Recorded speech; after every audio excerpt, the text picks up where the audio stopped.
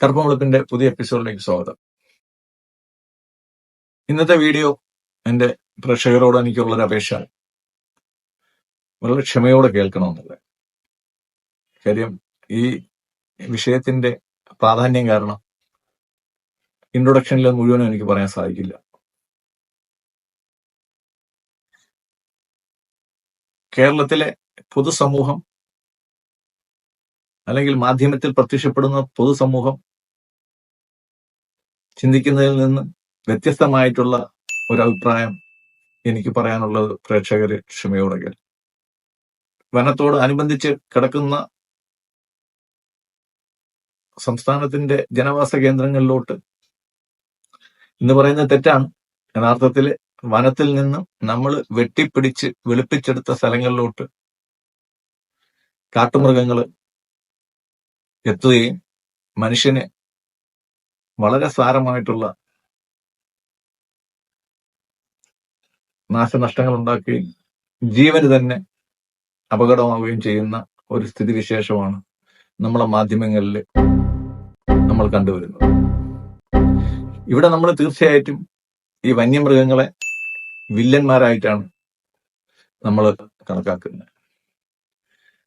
ഉടൻ അതിന് ഒരു വന്യജീവി ആക്രമണം, ഒരു മരണം ഒക്കെ നടന്നു കഴിഞ്ഞാൽ ഉടൻ അതിനെതിരായിട്ട് ഘോരമായ പ്രക്ഷോഭങ്ങൾ, പ്രസ്താവനകൾ, ആനകളെ മുഴുവൻ വെടിവെച്ച് കൊല്ലണം, മുള്ളുവേലി കെട്ടണം, ഇലക്ട്രിക് വേലി കെട്ടണം, ഇങ്ങനെയൊക്കെയുള്ള പ്രക്ഷോഭങ്ങൾ മീഡിയയിൽ വന്ന് ആർത്തലയ്ക്കുന്നത് നമ്മൾ കാണാറുണ്ട്.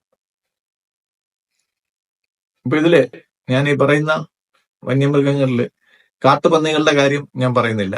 ഞാൻ കടുവകളുടെയും പുലികളുടെയും ആനയുടെയും കാര്യം മാത്രമാണ് പറയുന്നത്.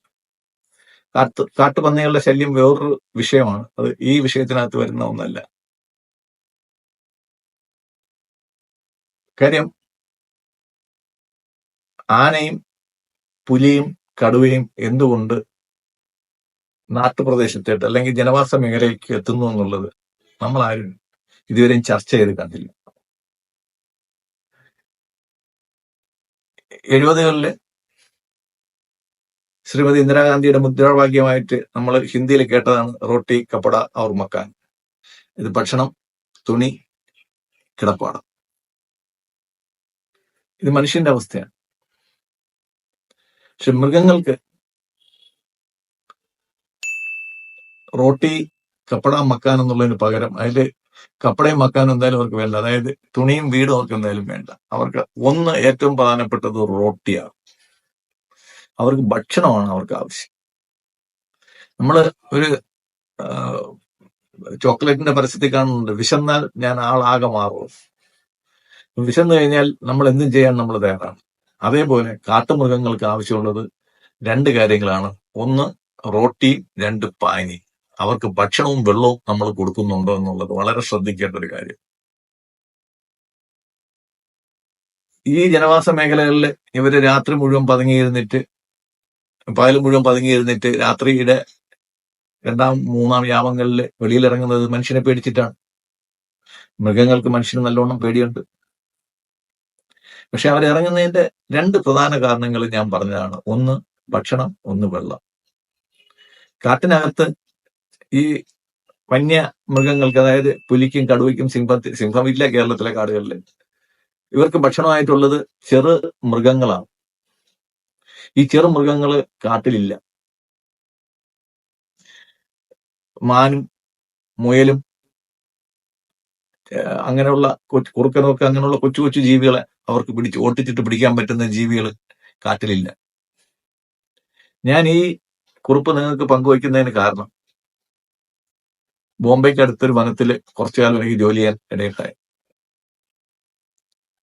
ആ സമയത്ത് നായകള് പേടിച്ച് ഞങ്ങൾ താമസിക്കുന്ന 2ാം നിലയിലൊക്കെ കയറി വന്ന് ഒളിച്ചിരിക്കുന്നത് ഞാൻ ശ്രദ്ധിച്ചിട്ടുണ്ട്.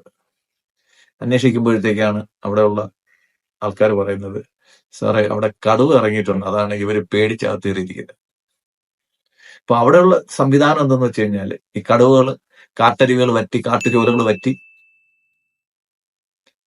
ഭക്ഷണം ഇല്ലാതെ വരുമ്പോഴത്തേക്ക് ഭക്ഷണം കിട്ടിയില്ലെങ്കിൽ അവർക്ക് ജീവിക്കാം. വെള്ളത്തിന് വേണ്ടിയിട്ടാണ് അവര് കാടിറങ്ങി താഴോട്ട് വരുന്നത്. അവർക്ക് വെള്ളം കിട്ടുന്നില്ല. അതിന് വേണ്ടിയിട്ടാണ് അവർ താഴോട്ട് വരുന്നത്. ഇപ്പൊ എന്ത് ചെയ്യും? കാട്ടില് വലിയ കൽമരവികൾ സ്ഥാപിച്ചിട്ടുണ്ട്, കോൺക്രീറ്റ് മരവികൾ. ആ മരവികളിൽ വെള്ളം നിറച്ചു കൊടുക്കാറുണ്ട്. അപ്പോൾ അവർ കിട്ടുന്ന ഭക്ഷണം പട്ടിണി കിടന്നിട്ടായാലും അവർ മനുഷ്യന്റെ ഇടയ്ക്ക് വന്ന് ചാടാൻ അവർക്ക് താല്പര്യമില്ല. പക്ഷെ ദാഹിച്ചാൽ എന്ത് ചെയ്യും? പ്രത്യേകിച്ചും നിങ്ങൾക്ക് ജന്തുശാസ്ത്രം അറിയാവുന്നവർക്ക് അറിയാം, കാറ്റ് ഫാമിലിയിലുള്ള ജന്തുക്കൾക്ക് ധാരാളം വെള്ളം വേണം. നമ്മൾ പൂച്ചയാണെങ്കിൽ നമ്മൾ കാണാറുണ്ട് ഇടയ്ക്കിടയ്ക്ക് വെള്ളം വന്ന് കുടിക്കുന്നതാണ്. അപ്പൊ ഇതിന് ഇടയ്ക്കിടയ്ക്ക് വെള്ളം അത്യാവശ്യമാണ്. ഈ വെള്ളം കിട്ടാത്തതുകൊണ്ടാണ് കാട്ടുമൃഗങ്ങൾ ആദ്യം നാട്ടിലോട്ട് ഇറങ്ങുന്നത്. ഭക്ഷണം അവരെങ്ങനെയെങ്കിലും ആരെങ്കിലും വേട്ടയാടിയെങ്കിലും കൊല്ലും. പക്ഷെ നമ്മളെ കാട്ടിലുള്ള ജലസ്രോതസ്സുകൾ മുഴുവൻ നശിച്ച്, കാട് മുഴുവൻ നമ്മൾ വെട്ടിവെളുപ്പിച്ച്, അതിലെ പിന്നെ അതിന്റെ കാട്ടിലെ പച്ചപ്പ് കംപ്ലീറ്റ് കുറഞ്ഞ് ജലം ശേഖരിക്കാനുള്ള മാർഗങ്ങൾ ഇല്ലാതെ വരുമ്പോഴത്തേക്ക് കാട്ടിലെ വെള്ളം 2 ദിവസം വരളുമ്പോഴത്തേക്ക് കാട്ടിലെ വെള്ളം ഇല്ലാതാവും, കാട്ടുചോലകൾ ഇല്ലാതാവും, ചെറിയ ചെറിയ കുളങ്ങളുണ്ടെങ്കിൽ അതില്ലാതാവും. ഇപ്പൊ ആനയും ജനങ്ങൾ ഉപദ്രവിക്കുന്നത് ഇതേ രീതിയിലാണ്. കാട്ടിലെ ആനയ്ക്ക് ഭക്ഷണത്തിന് കുറവില്ല. ആൾക്കാരെ കൊല്ലാൻ വേണ്ടിയിട്ട് ഒരു ആനയും കാട്ടിൽ നിന്ന് ഇറങ്ങി വരാറില്ല. ജോൺസനെ കൊല്ലണം, അല്ലെങ്കിൽ റഹീമിനെ കൊല്ലണം, അല്ലെങ്കിൽ കൃഷ്ണനെ കൊല്ലണമെന്നും പറഞ്ഞുകൊണ്ട് ഒരു ആനയും കാട്ടിൽ നിന്ന് ഇറങ്ങാറില്ല. കാട്ടിൽ നിന്ന് ആന ഇറങ്ങുന്നത് അതിന് വെള്ളത്തിന് വേണ്ടിയിട്ടാണ്. അത് നോൺ വെജ് ഭക്ഷിക്കാറുമില്ല ആന. കാട്ടിൽ ഇഷ്ടംപോലെ പച്ചപ്പുണ്ട്, മരങ്ങളുണ്ട്, അതൊക്കെ അത് ചക്കയൊക്കെ അടുത്തിട്ട് അത് തിന്നോളൂ. പക്ഷെ വെള്ളത്തിന് എന്ത് ചെയ്യും? ഇപ്പൊ ഈ മൃഗങ്ങളെ കൊന്നൊടുക്കുന്നതിന് മുമ്പ്, വെടിവെക്കുന്നതിന് മുമ്പ്, പിന്നെ ഇവരെ കെണിവെച്ച് പിടിച്ച് മീഡിയയിൽ റിപ്പോർട്ട് ഉണ്ടാക്കുന്നതിന് മുമ്പ് ഇവർക്ക് ആവശ്യത്തിനുള്ള ഭക്ഷണം കാട്ടിലെത്തിക്കേണ്ടതുണ്ട്. എത്തിക്കണം, അവർക്കും ജീവിക്കാനുള്ള അവകാശമുണ്ട്. അതിന് ചെറുമൃഗങ്ങൾ തന്നെയാണ് വേണ്ടത്. അത് എങ്ങനെ എത്തിക്കും? അത് വളരെ കോൺട്രവേഴ്സ്യലായ വിഷയമാണ്. ഞാനിവിടെ ചർച്ച ചെയ്യാൻ താല്പര്യപ്പെടുന്നില്ല. ഞാൻ സംസാരിക്കാൻ തുടങ്ങിക്കഴിഞ്ഞാൽ, ഞാൻ അതിനെപ്പറ്റി പറഞ്ഞു കഴിഞ്ഞാൽ മേനകാ ഗാന്ധിയുടെ പട ആകെ കൊണ്ടളവും.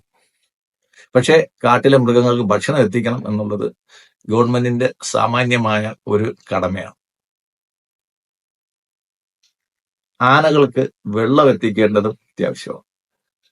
അതിന് ഈ ആനയെ പിടിക്കാൻ വേണ്ടിയിട്ട് നമ്മൾ ചെലവഴിക്കുന്ന തുകയുടെ 1000-ലൊന്നുണ്ടെങ്കിൽ ചെറിയ ചെറിയ ജലസ്രോതസ്സുകൾ, ജലത്തിന്റെ ടാങ്ക് പോലുള്ള സാധനങ്ങൾ കാട്ടിൽ കൊടുത്താൽ മതി. അവര് പൈപ്പ് വരെ തുറന്ന് ആന വെള്ളം കുടിക്കുന്ന വീഡിയോ നമ്മൾ കണ്ടിട്ടുണ്ട്. പൈപ്പ് തന്നെ വന്ന് തിരികെ വെള്ളം കുടിച്ചിട്ട് ആ പൈപ്പ് അടച്ചിട്ട് പോകുന്ന വീഡിയോ ഒക്കെ ചിലരെടുത്തിടാറുണ്ട്. ഫേക്ക് ആണോന്ന് എനിക്കറിയത്തില്ല. ഇപ്പൊ ആനയ്ക്ക് വേണ്ടത് ജലമാണ് അത്യാവശ്യമായിട്ടുള്ളത്. അത് ഈ ആന ഇറങ്ങുന്ന സ്ഥലങ്ങളിൽ, അല്ലെങ്കിൽ ആനത്താരകളിലോ, ആന സ്ഥിരമായിട്ട് വരുന്ന സ്ഥലങ്ങളിലോ, ആനത്താര എന്ന് പറഞ്ഞ ആനയ്ക്ക് നടക്കാനുള്ള കൊതി കൊണ്ടൊന്നുമല്ല വരുന്നത്. അതിന് വെള്ളം കിട്ടിക്കഴിഞ്ഞാൽ അതോടൊപ്പം പോകത്തില്ല സാധാരണഗതി. പിന്നെ അസാധാരണമായ ഒരുപാട് കാര്യങ്ങൾ ഉണ്ടാവാറുണ്ട്. പക്ഷെ ഈ ഒരു ആസ്പെക്റ്റും കൂടെ ഇതിനു വേണ്ടിയിട്ട് വന്യജീവികളെ ഇത്രയും നമ്മൾ കൊല്ലാൻ നടക്കുന്നവരെല്ലാം കൂടെ ചിന്തിക്കേണ്ട ഒരു ആവശ്യം. അവർക്ക് ജലം വേണം, ഭക്ഷണം വേണം. അത് കാട്ടിനകത്ത് തന്നെ വേണം. കാട്ടിനകത്ത് കിട്ടിയില്ലെങ്കിൽ അവർ പുറത്ത് വന്നുകൊണ്ടിരിക്കും. ഇതിനെ പറ്റിയിട്ട് നമ്മൾ കൂടുതൽ ചിന്തിക്കുക. നിങ്ങളുടെ അഭിപ്രായങ്ങൾ നിങ്ങൾക്ക് കമന്റിലിടാം. കൂടുതൽ സജഷൻസ് നിങ്ങൾക്ക് സർക്കാരിനെ അറിയിക്കാം. എന്തായാലും ചെറുമൃഗങ്ങളല്ലാതെ കാട്ടിൽ കൊടുക്കുക അല്ലാതെ പുലികളും കടുവയും കാട്ടിന് വെളി ഇറങ്ങുന്നതിന് വേറെ മറുമരുന്നൊന്നുമില്ല. ജലസ്രോതസ് കാട്ടിലെ അവൈലബിൾ ആയിട്ടുള്ള സ്ഥലത്ത് ജലം കൊടുക്കണം. വനം വകുപ്പ് മന്ത്രിയും വനം വകുപ്പ് ഉദ്യോഗസ്ഥന്മാരും ഈ ഒരു ആസ്പെക്റ്റും കൂടെ ചിന്തിക്കണം എന്ന അപേക്ഷയോട് ഞാൻ ഈ എപ്പിസോഡ് നിർത്തുന്നു. നന്ദി, നമസ്കാരം.